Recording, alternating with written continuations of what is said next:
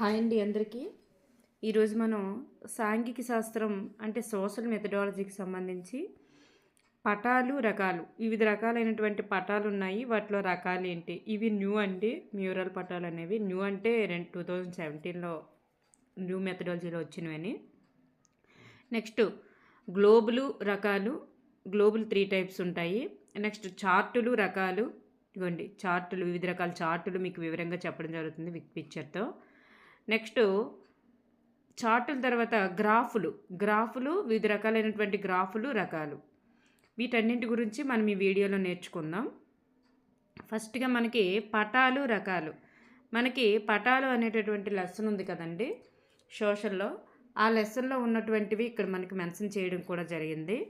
భౌగోళిక పటాలు అనగా లేదా వాటిని మనం భౌతిక పటాలని కూడా అంటారు. భౌతిక పటాలు, ఈ భౌగోళిక పటాలనే భౌతిక పటాలని కూడా అంటారు. ఇవి నదులు, పీఠభూములు, లోయలు, మైదానాలు అంటే భూమి యొక్క భూస్వరూపము మరియు నైసర్గిక మండలాల గురించి వివరించేది భౌగోళిక పటాలన్నమాట.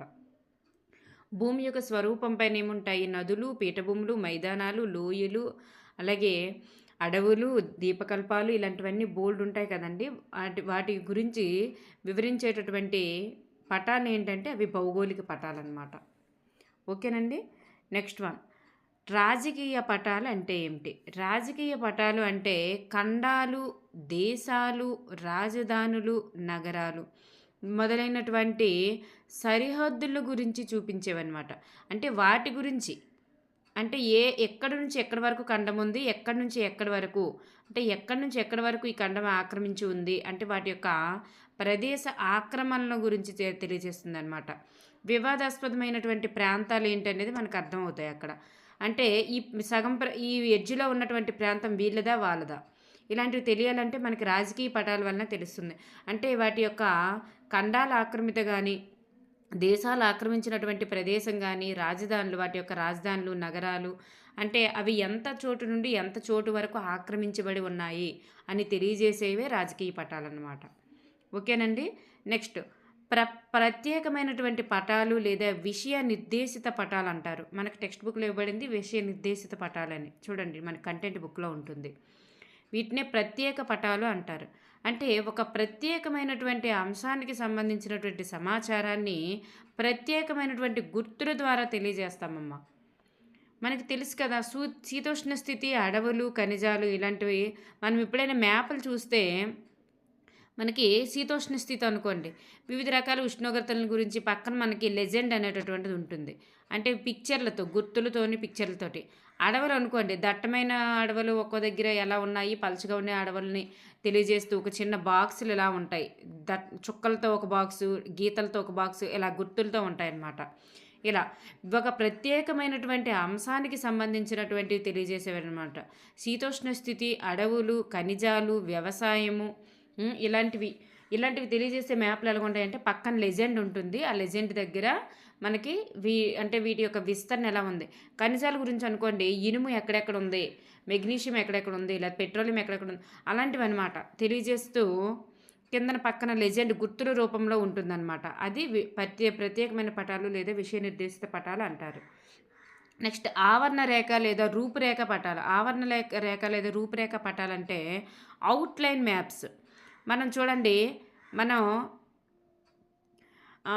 మనం భాగాలు గుర్తించడం కోసం వైట్ పేపర్ పైన ఓన్లీ ఆంధ్రప్రదేశ్ ఇలా బొమ్మ ఉన్నవి తెచ్చుకున్నాం అనుకోండి, అప్పుడు శ్రీకాకుళం, విజయనగరం ఎక్కడుందో మనం గుర్తించుకుంటాం. ఓన్లీ అవుట్లైన్ మాత్రమే ఉంటుందన్నమాట. అలాంటి పటాలను ఏమంటారంటే ఆవరణ రేఖ పటాలు లేదా రూపురేఖ పటాలు అంటారనమాట. వీటిని స్కెచ్ మ్యాప్లు లేదా అవుట్లైన్ మ్యాప్స్ అంటారు. స్కెచ్ మ్యాప్లు లేదా అవుట్లైన్ మ్యాప్స్ అని అంటారు. అయితే ప్రావీణ్యం ఉన్నటువంటి టీచరు అనుసరించేటటువంటివి అనమాట. ప్రావీణ్యం ఉంటేనే ఆ లోపల భాగాలన్నీ కూడా వేరు చేయగలడు, వివిధ జిల్లాల గురించి కానీ, వివిధ రాష్ట్రాల గురించి కానీ. తాత్కాలికంగా శుద్ధముక్కతో గీసి ఉపయోగించేటటువంటిది అవుట్లైన్ అనేటువంటిది. శుద్ధముక్కతో గీసేస్తాం కదమ్మా, అలా అనమాట. ఖండాలు, దేశాలు, రాష్ట్రాలు సరిహద్దులు మాత్రమే గుర్తించబడి ఉంటాయి. సరిహద్దులు అంటే చుట్టూ అవుట్‌లైన్ అని అర్థం అనమాట. సింహావలోకనానికి పట నైపుణ్యాలను పెంపొందించడానికి ఉపయోగపడుతుంది. సింహావలోకనం అంటే మనం నేర్చుకున్నటువంటి అంశాలు అంచనాగా ఇక్కడ ఇది ఉంది, ఇక్కడ ఇది ఉందని అంచనాగా వేయడానికి సింహావలోకనానికి ఉపయోగపడుతుందనమాట.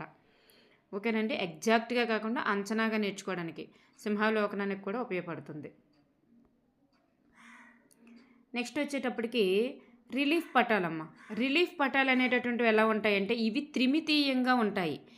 ద్విమితీయము అంటే మనకి పైన చూడండి చార్టులు అన్నీ కూడా ద్విమితీయమే. పటాలన్నీ కూడా ద్విమితీయమే. కానీ ఈ రిలీఫ్ పటాలు మాత్రం త్రిమితీయము అంటే ఎత్తు పల్లాలతో ఉబ్బెత్తుగా నిర్మాణాలు ఉంటాయన్నమాట. ఒక చార్ట్ ఉందనుకోండి, చార్ట్ పైన కొండ అనంగానే ఇలా తడంగానే మనం ఇలా అది తడిమేటప్పుడు దాన్ని టచ్ చేసేటప్పుడు ఎలా ఉంటుందంటే ఉబ్బెత్తుగా కనిపిస్తాయి అన్నమాట. అంటే ఉబ్బెత్తు నిర్మాణాలు అనేటటువంటివి కనిపిస్తాయి. ఇవి అంధ విద్యార్థులకి అత్యంత ఉపయుక్తమైనటువంటివి అనమాట. అంధ విద్యార్థులకి అత్యంత ఉపయుక్తమైనటువంటి పటాలు ఏవంటే రిలీఫ్ పటాలు. వీటిని తయారు చేయడం కష్టం, ఖచ్చితమైన కొలతలు అనేటటువంటివి చేయడం కూడా కష్టం అనమాట. వీటిని తయారు చేయడం కష్టం, ఖచ్చితమైన కొలతలు కూడా వేయడం కష్టం. త్రిమితీయ పటాలన్నీ కూడా ద్విమితీయం అయినప్పటికీ కూడా ఏ పటాలు త్రిమితీయ పటాలు అని అంటే రిలీఫ్ పటాలు. ఓకేనండి.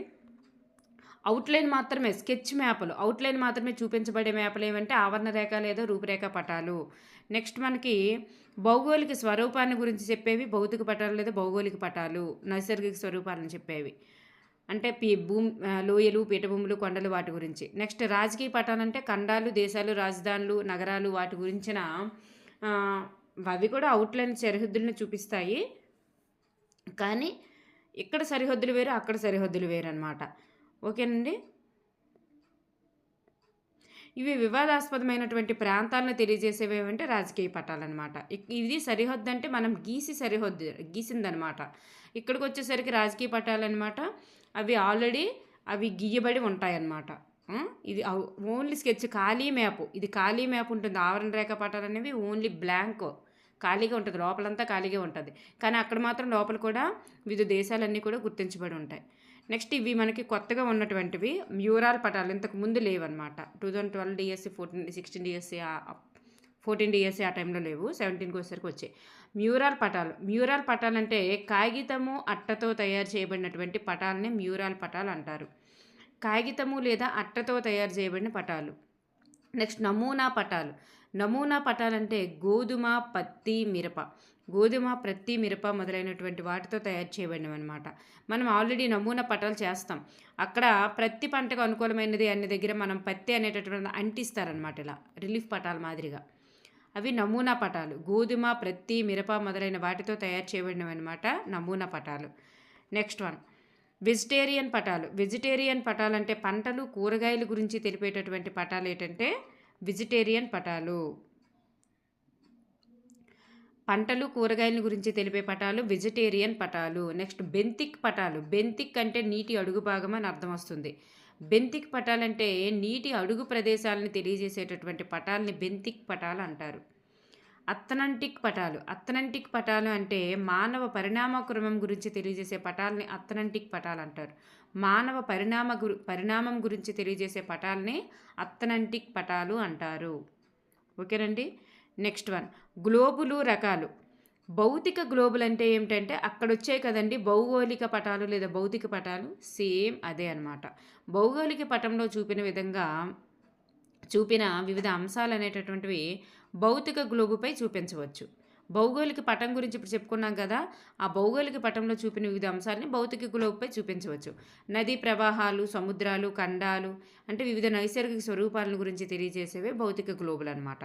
సేమ్ పటాల మాదిరే రాజకీయ గ్లోబులు కూడా ఉంటాయి. అవి ఏంటంటే ఖండాలు, దేశాల సరిహద్దులు మరియు రాజధానులు చెప్తాయి. ఖండాలు, దేశాల యొక్క సరిహద్దులు మరియు రాజధానుల గురించి చెప్పేవి, అలాగే వాటి యొక్క విస్తీర్ణత మరియు వైశాల్యం గురించి బోధించవచ్చు రాజకీయ గ్లోబులు. అర్థమైందండి. అక్కడ కూడా ఖండాలు, దేశాలు, సరిహద్దులు, రాజధానులు, వాటి యొక్క సరిహద్దులు, రాజధానులు మరియు వాటి ఆక్రమించినటువంటి ప్రదేశాలను విస్తీర్ణ, వైశాల్యం గురించి చెప్పేటటువంటివి ఏంటంటే రాజకీయ పటాలు ఇక్కడ రాజకీయ గ్లోబులు. నెక్స్ట్ ఆవరణ రేఖ గ్లోబులు అంటే ఖాళీవి అనమాట. అట్లాగే అక్కడ ఖాళీ ఉంటుంది. తక్కువ ఖర్చుతో ఎక్కువ సమాచారం అందించవచ్చు. దీన్ని రూపురేఖ గ్లోబుల్ అంటారు. రూపురేఖ గ్లోబుల్ లేదా అవుట్‌లైన్ గ్లోబ్స్ అంటారు. అక్కడ అవుట్‌లైన్ పట్టాలు కదండీ! అవుట్‌లైన్ మ్యాప్స్, ఇక్కడ అవుట్‌లైన్ గ్లోబ్స్. రూపురేఖ గ్లోబుల్ అని కూడా అంటారు. ప్రావీణ్యం ఉన్నటువంటి ఉపాధ్యాయుడు మాదిరులను ఉపయోగించగలడనమాట. అంటే వీటిని ప్రావీణ్యం ఉంటేనే అప్పుడు ఆ గ్లోబ్‌లో ఆ ఖాళీగా ఉన్నటువంటి ప్రదేశంలో ఏ దేశం ఉంది లేదా ఏ రాష్ట్రం ఉంది, ఏ ఖండంకి సంబంధించింది అని ప్రావీణ్యం ఉన్నప్పుడే చెప్పగలడనమాట. ఖాళీగా దాని మీద చెప్పాలంటే ప్రావీణ్యం తప్పనిసరిగా ఉండాలి కదండీ! అదనమాట. ఇక్కడ బంతిని ఉదాహరణగా చేసుకొని చెప్పడం, ఖాళీ బంతిని తీసుకొని వాటిపైన అవుట్‌లైన్ అలా గీసేసి చెప్పగలగాలంటే ఒక పెద్ద టాలెంట్ ఉండాలనమాట. ఖాళీ బంతిని తీసుకొని వాటిపైన అవుట్‌లైన్ ఇలా గీసేసి ఇది ఈ ఏరియాలో ఉందని చెప్పగలగడం. నెక్స్ట్ చార్టులు రకాలు. రకాలకొచ్చేసరికి చార్టులు అనేటటువంటివి కూడా ద్విమితీయ ఉపకరణాలు. పటాలు ద్విమితీయమే, రిలీఫ్ పటాలు మాత్రం త్రిమితీయం. ఇక్కడ చూసేసరికి వంశావళి చార్ట్ అంటే ఒక వంశానికి సంబంధించిన వ్యక్తుల గురించి తెలిపేటటువంటిది వంశావళి చార్ట్. ఒక వంశానికి సంబంధించినటువంటి వ్యక్తుల గురించి తెలిపేదే వంశావళి చార్టు. అంటే గుప్తు వంశం కానీ, కాకతీయ వంశం కానీ, శాతవాహన వంశం కానీ, ఏదైనా ఒక వంశం గురించి ఇలా వాళ్ళ తర్వాత ఒకరు వచ్చారని చెప్పేసి ఇలా తెలియజేసే చార్ట్ వంశావళి చార్ట్. అయితే చారిత్రక అంశాలు రాజుల యొక్క పరంపరని తెలియజేయడానికి ఉపయోగిస్తామన్నమాట ఇవి. ఒక అంశము నుంచి సన్నిహిత అంశాలను సులభంగా వివరించడానికి కూడా అర్థమవుతుందన్నమాట. ఇలా చూడండి, బాబరు, హుమయూను, అక్బరు, జహంగీర్ ఇలా మొఘల్ పాలన గురించి చేశాం కదా, అలా అన్నమాట. నెక్స్ట్ వృక్ష చార్ట్ అనమాట. ఇప్పుడు వంశ చార్ట్ అయింది, వంశాల గురించి తెలియజేసేది. వృక్ష చార్ట్కి వచ్చేసరికి ఒక అంశానికి సంబంధించినటువంటి వివిధ భాగాలు మరియు దాని యొక్క ఉపభాగాలను గురించి చెప్పేది. భాగాలతో పాటు వాటి యొక్క ఉపభాగాలను గురించి చూపించడానికి ఉపయోగపడేది అనమాట. ఇక్కడ వివిధ మతాలు చెప్పొచ్చు, జంతువుల గురించి చెప్పొచ్చు, జంతువుల్లో రకాలు చెప్పొచ్చు, నెలలు చెప్పొచ్చు, సంవత్సరాలు చెప్పొచ్చు, రాష్ట్రాలు చెప్పొచ్చు, జిల్లాలు చెప్పొచ్చు. ఇలా ఒక వృక్షం వేసేసి వృక్షం నుంచి వివిధ భాగాలను ఉపభాగాలను గురించి చూపించడానికి ఉపయోగపడేది వృక్ష చార్ట్ అనమాట. నెలలు, సంవత్సరాలు ఇవి గుర్తుపెట్టుకోండి. నెలలు, సంవత్సరాలు, రాష్ట్రాలు, జిల్లాలు, మతాలు, జంతువులు ఇవన్నీ కూడా. నెక్స్ట్ ప్రవాహ చార్టు. దీన్ని ఫ్లో చార్ట్ అని అంటారు. దీన్ని ఏమంటారంటే ఫ్లో చార్టు, ప్రవాహ చార్ట్ అని అంటారనమాట. అయితే విషయాలు ఎగువ నుంచి దిగువకు ఒక ప్రవాహం మాదిరిగా ఉండేటట్లుగా తయారు చేసే చార్టు. ఇక్కడ చూడండి, ఇప్పుడు పరిపాలన విభాగాల గురించి చెప్పాలంటే శాసన నిర్మాణ శాఖ, కార్యనిర్వహణ శాఖ, న్యాయశాఖ అనేటటువంటి 3 విభాగాలు ఉన్నాయి. అంటే ఎగువ నుండి దిగువకి అంటే ఫస్ట్ స్థానం ఏది, సెకండ్ స్థానం ఏది, థర్డ్ స్థానం ఏది అలా కూడా చెప్పడానికి ప్రవాహ చార్ట్ అనేటటువంటిది ఉపయోగపడుతుంది అనమాట. అధికారాల పంపిణీ తెలియజేసేది. ఇక్కడ ప్రోటోకాల్ ప్రకారం ఎవరి తర్వాత ఎవరు అని చెప్పేసి మనం ఒక లైన్ మీద వేస్తామనుకోండి, అది ప్రవాహ చార్ట్ అవుతుందన్నమాట. ఇక్కడ కార్యనిర్వహణలో మొట్టమొదటి ఎవరుంటారు, దాని తర్వాత ఎవరుంటారు ఇవంతా కూడా తెలియజేస్తుంది, ప్రవాహ చార్ట్ కిందకి వస్తుందన్నమాట. ఓకేనండి. నెక్స్ట్ వన్ చూడండి. ఇప్పుడు మనం ప్రవాహ చార్ట్లో ఏం చెప్పొచ్చు, రాష్ట్రం అనేటటువంటిది ఒకటి ఉంది. దాని కింద ఏమొస్తుంది, జిల్లా అనేటటువంటిది ఒకటి వస్తుంది. దాని కింద ఏమొస్తుంది, మండలం అనేటటువంటిది వస్తుంది. దాని కింద ఏమొస్తుంది, గ్రామము అనేటటువంటిది వస్తుంది. ఇలా ఒక పద్ధతి ప్రకారం ఎగువ నుంచి దిగువకి ఒక ప్రవాహం మాదిరిగా ఉండేటటువంటి చార్ట్ ఏదంటే ప్రవాహ చార్ట్ అనమాట. అర్థమైందండి. నెక్స్ట్ వన్ టేబుల్ చార్ట్ అంటే మనకు తెలుసు, ఒక టేబుల్ రూపంలో వేసేదనమాట. ఒక విషయాన్ని ఒక టేబుల్ రూపంలో వేసి ఉపయోగించేది. ఒక టేబుల్ అనేటటువంటి వర్డ్ రాయడం మర్చిపోయాను, చూసుకోండి. విషయాన్ని టేబుల్ రూపంలో వేసి ఉపయోగించేది. విషయాల మధ్య సంబంధాలు, పోలికలు భేదాలు ఉంటేనే కదా మనం టేబుల్ అనేటటువంటిది ఫ్రేమ్ చేయడానికి అవుతుంది. పోలికలు భేదాలు మొదలైనవి బోధించేటకు ఉపయోగించేది ఏంటంటే table chart.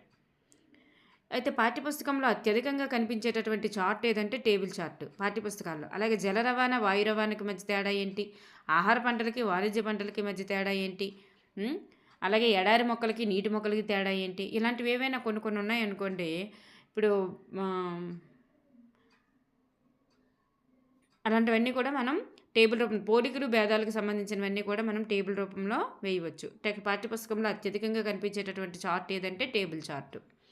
Next strip tease chart అంటే స్టిప్ అంటే ముసుగు వేయడం, టీజ్ అంటే తొలగించడం. ఒక ఉపాధ్యాయుడు ఏం చేస్తాడంటే ఒక వస్తువుని తీసుకొని వచ్చి దానిపైన మూత వేసేస్తారు, కప్పేస్తారనమాట.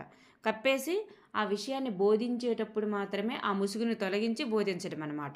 దాన్ని స్టిప్టీజ్ చార్ట్ అంటారు. ఒక విషయాన్ని ప్రత్యేకంగా చూపించడం కోసం చిత్రాన్ని ప్రదర్శించి తాత్కాలికంగా దానిపైన అతికించినటువంటి సన్నని కాగితాన్ని అంటే ముసుగును తొలగించి ఆకర్షణీయంగా విద్యార్థులకి చూపించడం అనమాట. ఆ సందర్భం వచ్చినప్పుడు మాత్రమే ఆకర్షణీయంగా ఎగ్జైట్మెంట్తో చూస్తారు పిల్లలు. అలా చూపించడం అనమాట. విద్యార్థుల్లో ఉత్సాహాన్ని పెంచుతుంది, ఏకాగ్రతను కూడా నిలిపి ఉంచుతుంది అనమాట.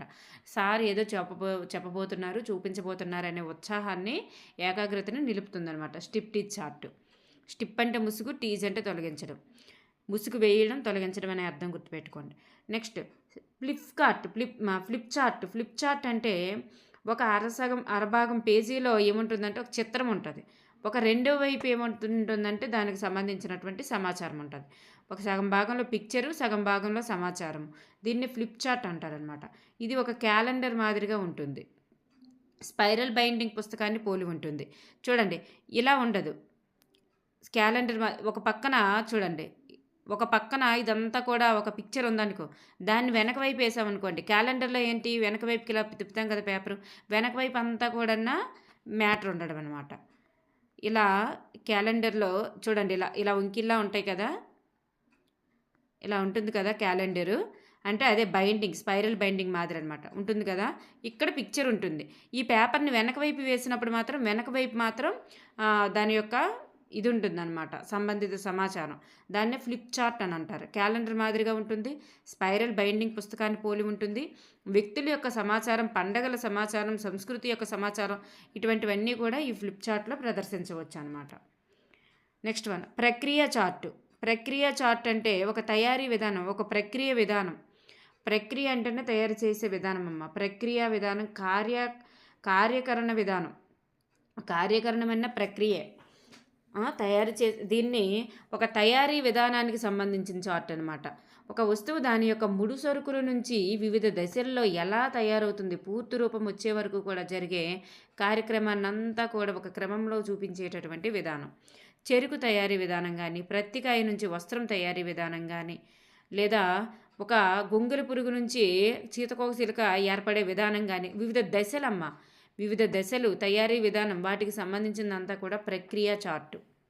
ఓకేనండి.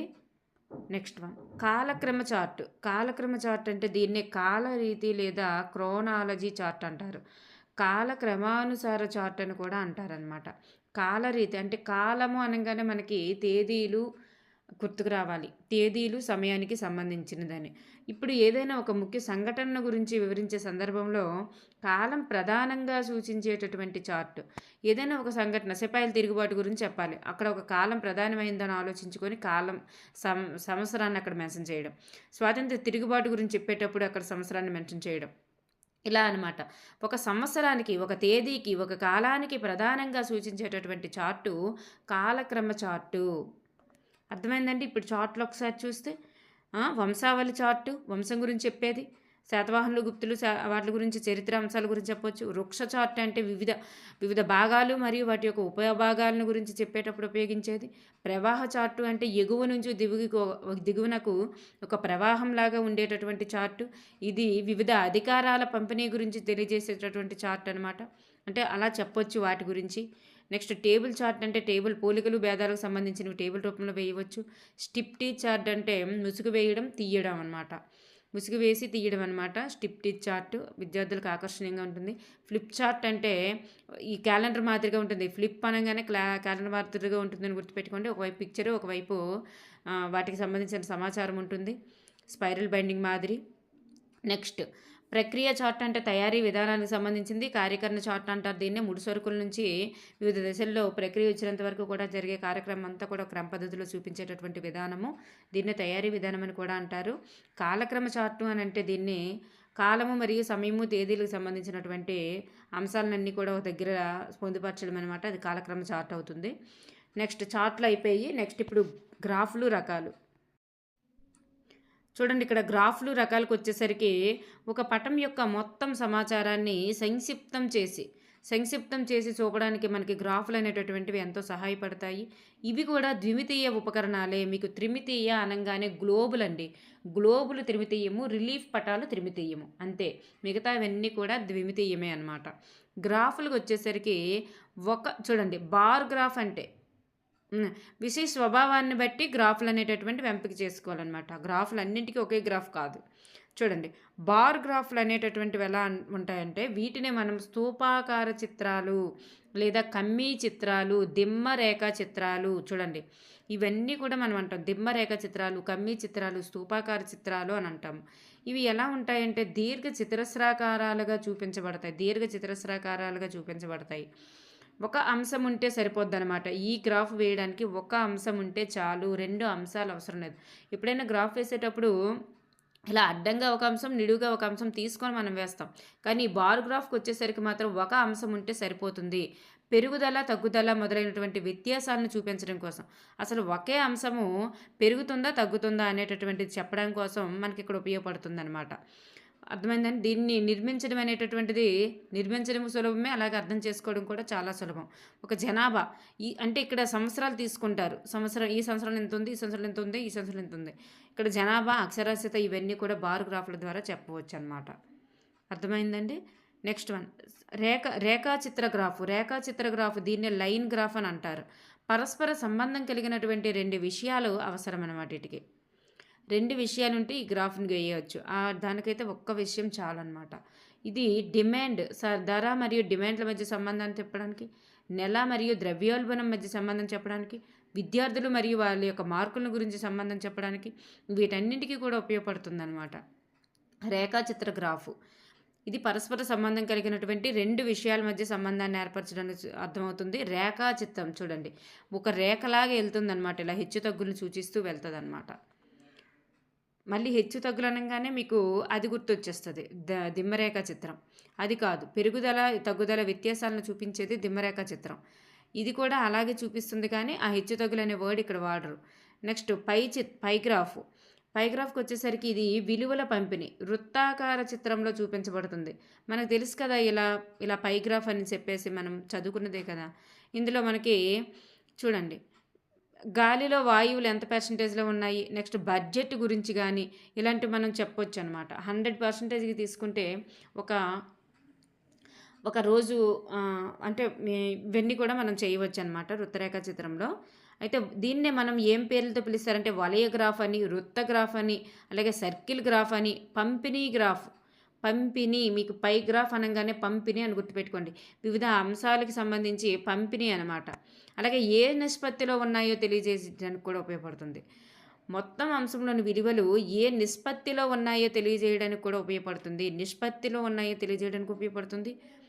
అలాగే పంపిణీకి సంబంధించిందనమాట. వివిధ అంశాలు పంపిణీ అంటే పర్సంటేజ్కి సంబంధించినవి చెప్పొచ్చు, పంపిణీకి సంబంధించినవి చెప్పొచ్చు. అలాగే ఇది వృత్తరేఖా చిత్రంలో జరుగుతుందనమాట. పై అనగానే వృత్తరేఖా చిత్రం అని గుర్తుపెట్టుకోండి. నెక్స్ట్ చచ్చిద్ర గ్రాఫ్ లేదా దీన్నే పిక్టోరియల్ గ్రాఫ్ అంటారు. వివిధ రంగులు ఉపయోగించి గ్రాఫ్ గీయడం, వివిధ రంగులు చిత్రాల ద్వారా గ్రాఫ్ గీయడం అనమాట. గీతలు అక్షరాలకి బదులుగా రంగులు చిత్రాలు ద్వారా సమాచారం అందించేటటువంటి గ్రాఫులు. రంగులు చిత్రాలను గుర్తుపెట్టుకోండి చాలు. ఇది అర్థం చేసుకోవడం కాస్త కఠినంగా ఉంటుంది. చిత్ర రూపంలో ప్రదర్శించేవన్నమాట.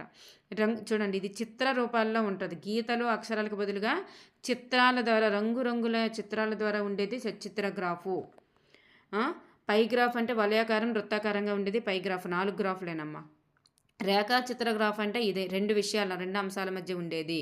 నెక్స్ట్ బార్ గ్రాఫ్ స్తూపాకార చిత్రాలు లేదా కమ్మీరేఖ చిత్రాలు ఉంటాయి. ఇది దీర్ఘ చతురస్రాకారాలుగా వీటిపైన చూడండి దీర్ఘ చతురస్రాకారాలు అంటే ఇగోండి ఇక్కడ నేను గీశాను కదా, బొమ్మలో ఉన్నవన్నీ కూడా దీర్ఘ చతురస్రాలే.